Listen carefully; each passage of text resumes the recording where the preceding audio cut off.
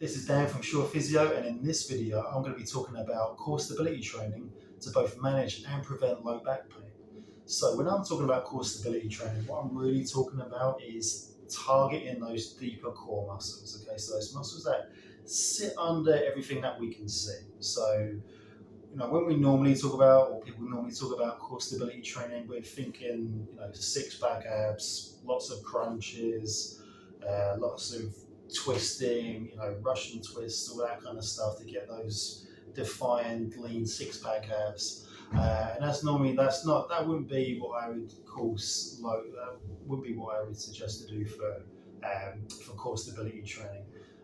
We all want those six-pack abs. Looks great. We all wish we had them, and we get jealous when we see people showing them off. But those muscles, so the rectus abdominis, which is those six-pack abs, those oblique muscles, which we see kind of coming in from the side, and there's two big, thick column muscles down the back, which is going to come down around the lumbar region, around the lumbar spine here.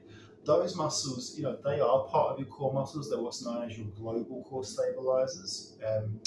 They do stabilize the spine, but they're much more involved in movement. So whenever we, flex forward, if we do a stomach crunch, or we bend to the side, or we rotate, or we extend backwards, those muscles are much more involved in those movements. Not so much involved, or don't do as good a job at stabilizing the trunk, specifically this lumbar region right here. What that relies on is the deeper core muscle, which is also known as the local core stabilizers. So those muscles include muscles such as the transverse abdominis, which I'm going to be talking a lot about in this video, which really help to stabilize these lumbar vertebrae and keep them where they should be. Stop them from shearing on one another, stop any perturbations, stop any unwanted displacement of those vertebrae, which could lead to pain and injury. So they play a really important role. So whereas the thoracic spine, you can't see in this model here, but the thoracic spine, this kind of mid segment of your spine, has the ribs going into them, and then they come around and attached around the front into the sternum. So it's a nice stable unit. But the lumbar vertebrae doesn't have that function, doesn't have that support mechanism. So it really relies on conditioned deep core muscles to help keep them where they should be, to help stabilize them. And again, it's very important for any individual, no matter what sort of activities you do daily. So it could just be, cleaning the house, doing gardening.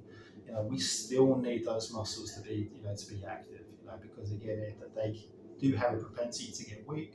And it's been shown that those individuals who've had a history of low back pain, these muscles just tend to shut down.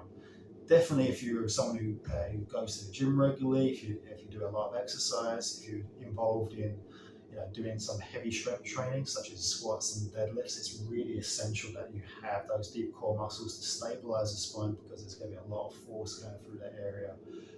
And also, the other benefit is if you do have good strong core muscles there, again, you're able to produce a lot more force because they stabilize that region of the spine and the pelvis. You're able to exert a lot more force from the rest of the limbs. So again, it can definitely increase performance as well. And definitely for all my athletes out there, my football players, my rugby players, my basketball players, you guys are going to be getting a lot of external forces. Again, if you get tackled, all the force you're exerting on the field or on the court or on the pitch, there's going to be a lot of forces coming in and being placed on the body. So again, we really need those core muscles to be sufficiently conditioned, well conditioned, again, to prevent any displacement there and keep those vertebrae where they are, and again, prevent any injury, any risk of injury and pain. So really important, definitely, for athletes. So, like I said, important for everybody that we get these working. We can definitely still train our abdominals, our rectus abdominals. We can still do our crunches, and our cable chops and our Russian twists. Great. We can still do all that stuff. That's fine. But let's definitely get those deeper muscles working first. Let's get them switched on. Let's make sure that they're strong first before we start doing all those other things. Okay, so it's really important that we do that. So how do we activate those deep core muscles? Well, it's actually really simple. What it is what's known as the drawing in maneuver. So basically all that is if you imagine that you're just gently pulling your belly button back in towards your spine. Not really hard, you're not bracing, you're not kind of clamping all this down, because again, that's going to get those rectus abdominis muscles working. We don't want those working. We just want to try and get those deeper muscles working. And so we're just going to gently pull that belly button in towards the spine, and then again, that's our transverse abdominis now contracting, and that's what we're going to be doing in the exercises I'm going to show you. So that's a very simple way just to get that working, to get those muscles recruited. And then next, I'm going to show you some exercises that will specifically target those local or deeper sets of core muscles. Okay, so the first exercise we have is the quadruped and progressions. Okay, so the quadruped is, again, a great universal core exercise. Again, to get that transverse abdominis fired up and running. I definitely use this with all my clients and patients if they do have low back pain, and again, if they've got if they've been shown to have reduced core function, this is definitely a great way to get those muscles fired up. And again, lots of progressions to this exercise. We can start slow, start for a beginner, and I'm going to show you some great ways to progress this and make it really, really challenging. So what I would recommend, again, is get yourself a tennis ball or a massage ball, because that's really going to help with this exercise. So how we do this, we're going to get into all fours, get in all fours position. So I want to have the hands directly underneath the shoulders, the knees directly under the hips, and I've actually got my toes into the floor.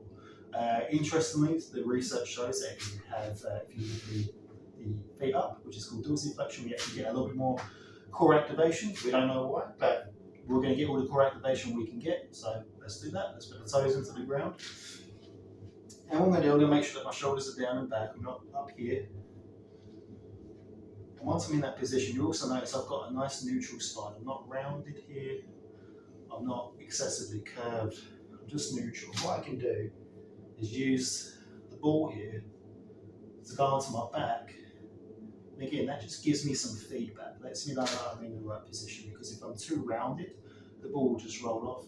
Also, I don't want to be cradling the ball by arching my back. I just want to keep it in position right there.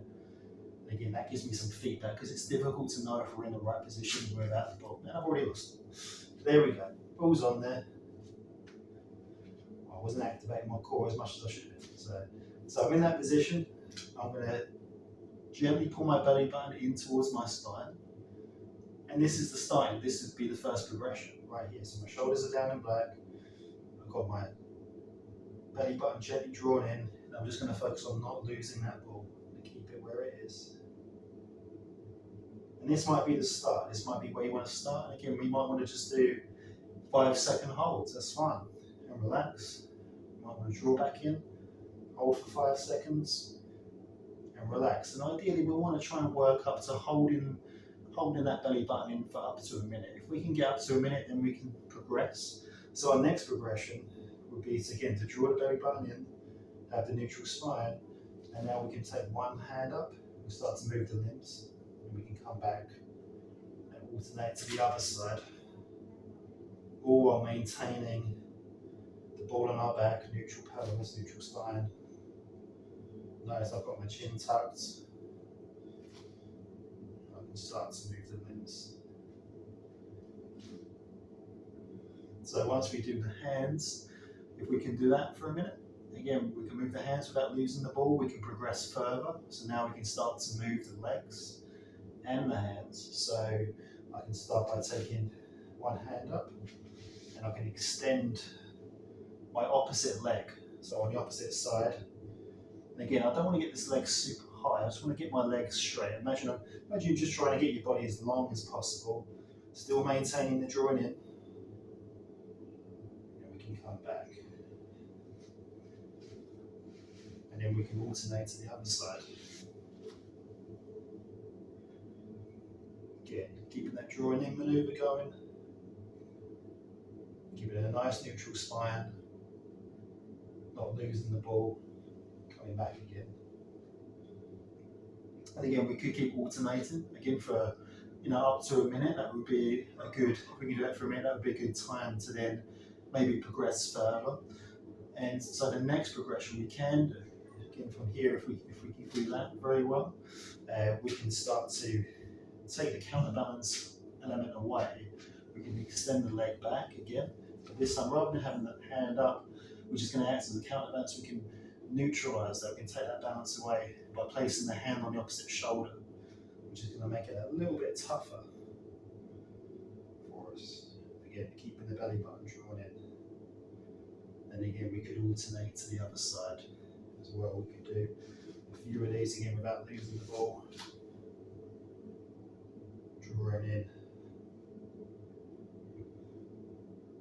Again, once you work your way through those progressions, if we want to make it really, really difficult, now we can keep the hands down. We start to go into the bear crawl progression. So it's the same position, but this time we're just going to be bringing the knees up off the floor, keeping the toes into the ground.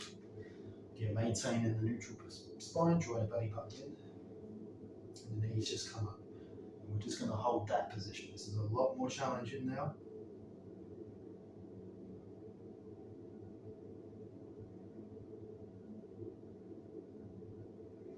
Again, if we can hold that for a minute, we can take that even further by starting to move the feet. So we can come up again and just start to tap the feet behind us.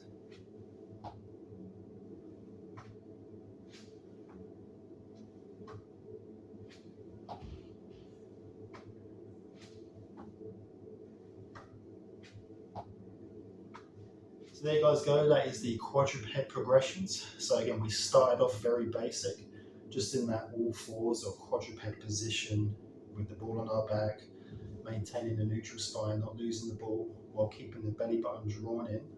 So having that all important drawing in maneuver is what's going to activate the transverse abdominis and deep core muscles.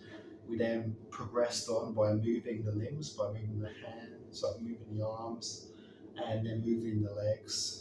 And again, taking the counterbalance away while moving the limbs as well. To then progress into the bear crawls, where we were just up on the hands and the toes and marching the feet, which are a much more advanced progression. So we've got several progressions there that we can run through. And again, these are going to be excellent exercises. Again, getting those deep core muscles fired up. Again, which is going to really help in managing low back pain and preventing the risk of future low back pain as well. So there you guys go. There'll be some other core exercises which I'm going to go through to target those muscles, which are going to be our bridges, our planks, and also anti-rotational exercises, which I'm going to go through in the following videos. Take care. If you have any questions, please let us know, and I look forward to hearing from you.